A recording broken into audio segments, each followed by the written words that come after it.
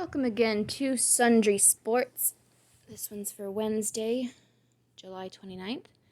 And this one is dedicated to my new subscriber, Cowboys Face.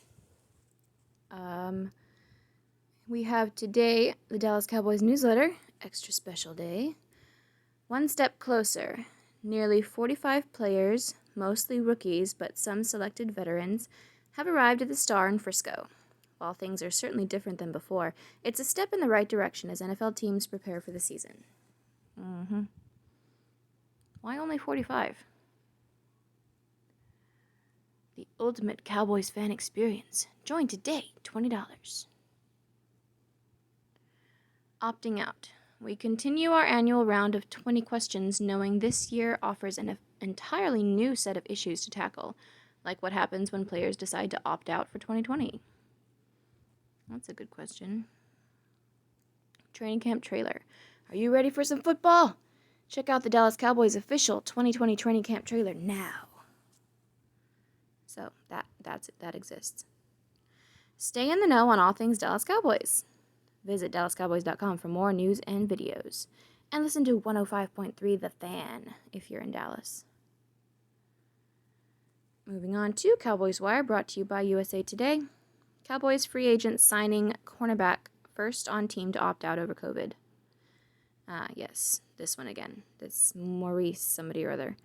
The Dallas Cowboys approached training camp with a deep contingent of defensive backs, hoping to present defensive coordinator Mike Nolan with plenty of options. And now he's one option down. 2020 roster. Cowboys trim running back, defensive tackle positions ahead of COVID deadline. The Dallas Cowboys, like all 32 NFL franchises, have a new roster cut-down date added to their offseason calendar after the last several seasons have something. This sucks. It especially sucks for those people who would have otherwise had a job. This one again. Jameez Olawale keeps returning to Cowboys team that doesn't trust him. The Cowboys offense has many mouths to feed, between Ezekiel Elliott, Amari Cooper, 2020 first-rounder, CeeDee Lamb, Michael Gallup, Blake Jarwin, and Tony Pollard. Dak has a whole bunch of targets to throw to. So, I guess this Olawale dude doesn't get a whole lot of targets. And from the looks of that picture, I'm guessing it's going to say that he hasn't come through when he was targeted. Cowboys rookie wide receiver Stephen Guidry opts out, won't get financial stipend. So, are they usually going to get a financial stipend? The NFL began intakes of veteran players on Tuesday as they look to press forward in hopes there will be a 2020 season. I guess because he's a rookie? So if a rookie opts out, he won't get a financial stipend? What the fuck's he gonna do? Did he know that he wouldn't when he decided to opt out? 2020 season. Love Me Tender. NT nose tackle Antoine Woods agrees to ERFA 1-year Cowboys offer.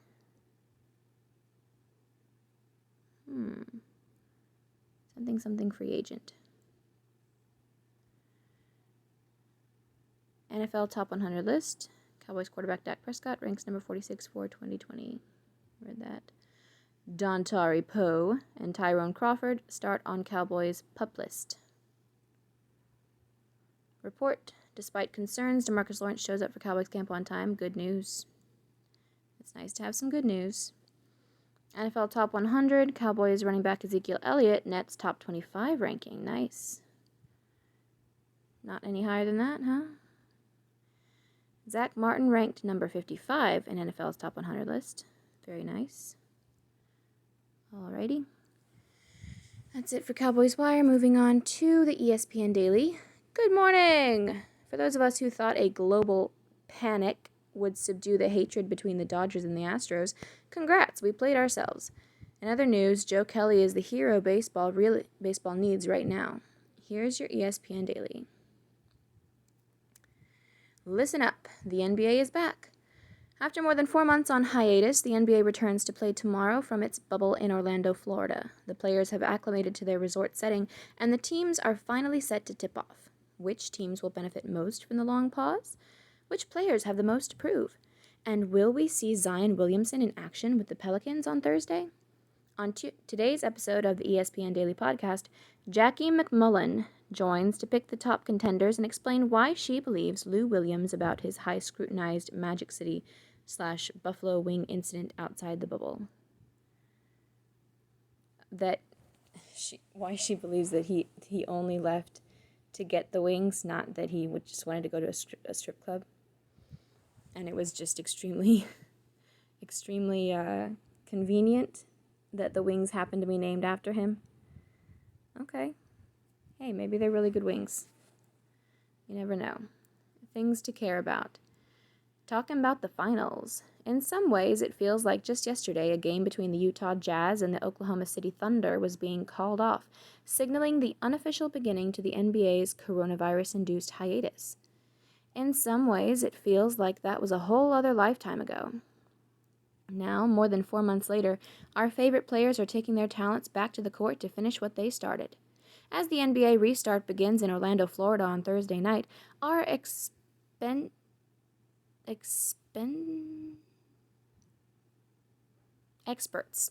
Okay. Sorry, sometimes it's hard to see what is being cut off by the side of my screen.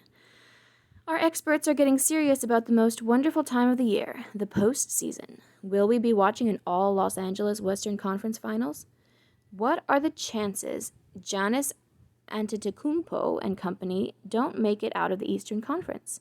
Here are our insiders' East Finals, West Finals, and NBA Finals predictions, plus a bonus.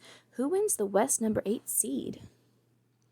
You can also check out the final NBA power rankings before the restart, as our insiders shared the best and worst case scenarios for all 22 teams. Don't say I never gave you anything. No bubble for the NFL.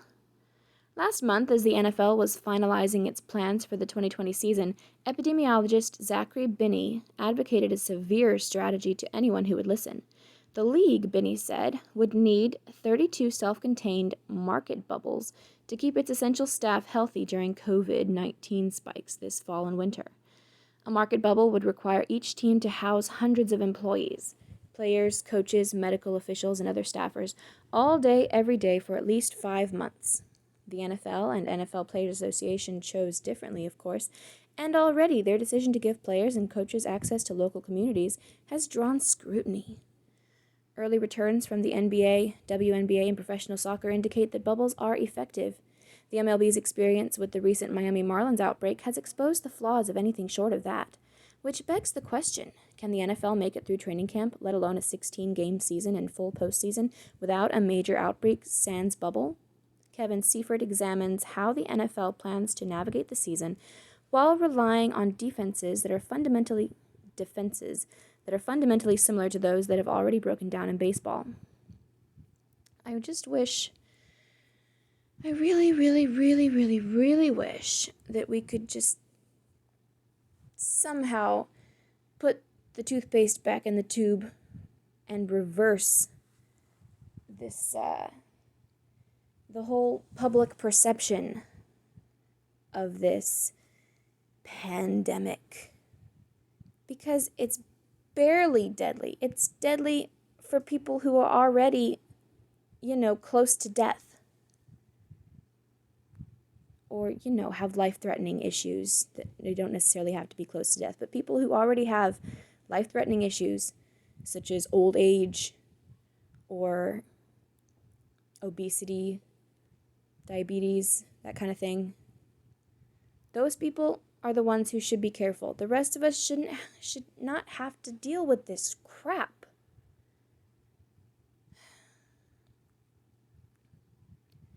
We scrolled Twitter so you don't have to.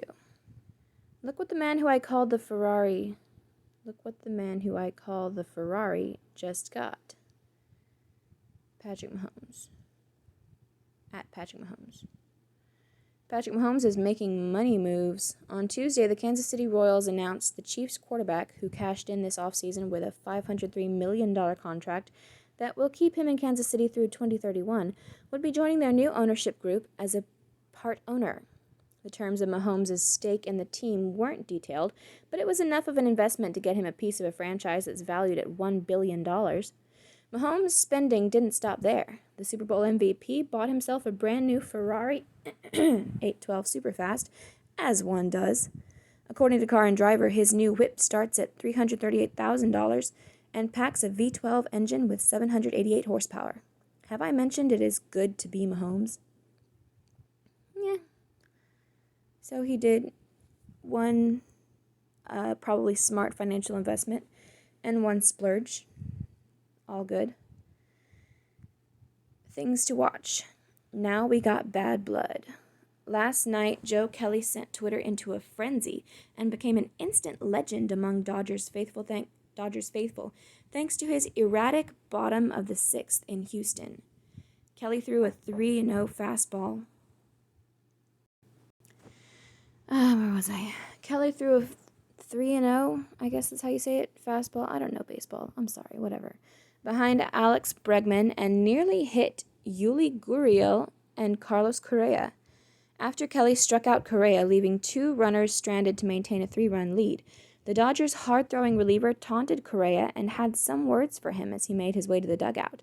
The two then began jawing at each other, prompting both benches to clear, but no punches were thrown. It wasn't Kelly potentially intentionally throwing behind Bregman or striking out Correa that got me fired up, but the pitcher's cold-blooded decision to let out a demonstrative yawn and stick his tongue out at his foes after he did it.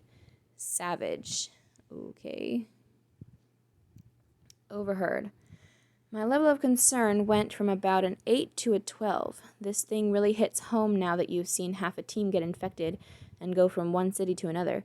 I am not going to lie or sugarcoat anything. It's not good for them. It's not good for anybody. Nationals manager Dave Martinez on members of the Miami Marlins testing positive for the coronavirus.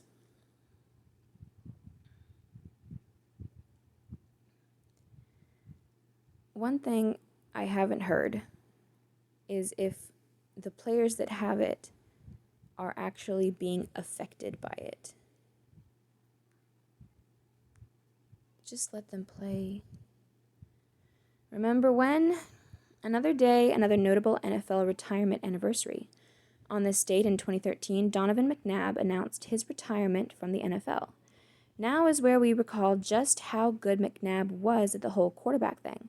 234 touchdowns to only 117 interceptions, and an interception rate of only 2.2%, which puts him just outside the top 10 for lowest all time. Until next time, remember, according to Dusty Baker, Joe Kelly told Carlos Correa, "Nice swing, bitch," following the strikeout. That's got to be up there with Scottie Pippen's "The Mailman Doesn't Deliver on Sundays" in the Trash Talk Hall of Fame. Brief aside, have Joe Kelly and Bill Hader ever been seen in the same room together? Asking for a friend. This has been your ESPN Daily for Wednesday, July 29th, 2020. Are you saying they look alike? Not sure about that. That's the end of the daily ESPN Daily. Yahoo Sports Read and React, brought to you by Yahoo Sports. Trending, Marlins season on hold as half of the team tests positive for COVID. I'm so sick of this. I don't know what else to say. I'm so sick of this. Joe Burrow won't hold out, comes to terms with Bengals. Team by team look, NFL players opting out of season over coronavirus concerns. Steelers lineman passionate about not kneeling. Yes, he is. Good man. Very good man. Patrick Mahomes is now a part owner of the Kansas City Royals. The Underdog by Jay Hart. Morning, and yes, we're still in a sports world that's very much in flux. Look, we all know what the situation is. Safety protocols being upended, positive test after positive test, players too concerned to play, rinse and repeat. We could talk about it every day and get nowhere. So instead, let's talk about Tom Brady, the underdog. Here's the wild, weird, interesting thing about Brady. Despite being the greatest of all time, of the NFL at least, he's sort of never had a time in his career when people weren't questioning him. You know the story about him getting drafted in the 6th round and overlooked an overlooked kid from Michigan. When he took over for Drew Bledsoe, the line was, "Is this guy for real?" And the next thing we knew, he'd won 3 Super Bowls. Then in his prime, he stopped winning them, and by the time he started winning them again, he won his 3rd in 2004, his 4th in 2014. Some were writing him off, which has pretty much continued for the past half-decade. Now here he is at 43, trying to do something that's never been done before. In truth, doing something that's never been done before is a pretty regular occurrence for Brady. As our boy Frank Schwab points out in his Tampa Bay preview, only 5 quarterbacks aged 43 or older have ever taken an NFL snap.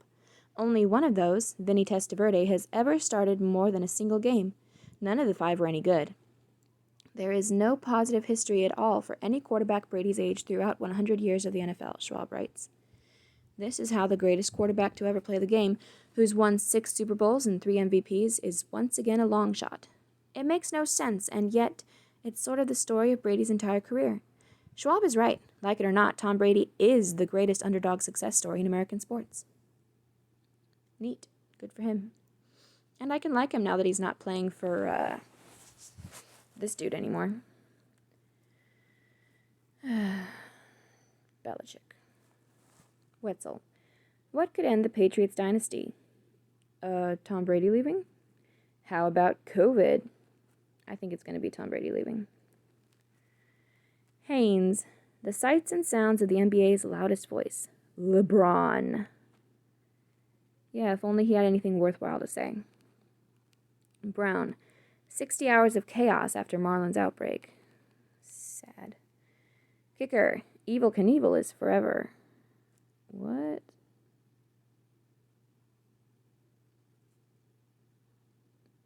Okay.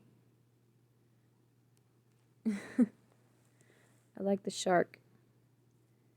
Good touch. Thanks for reading today's issue of Read and React.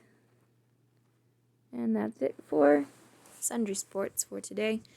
Thank you, and goodbye.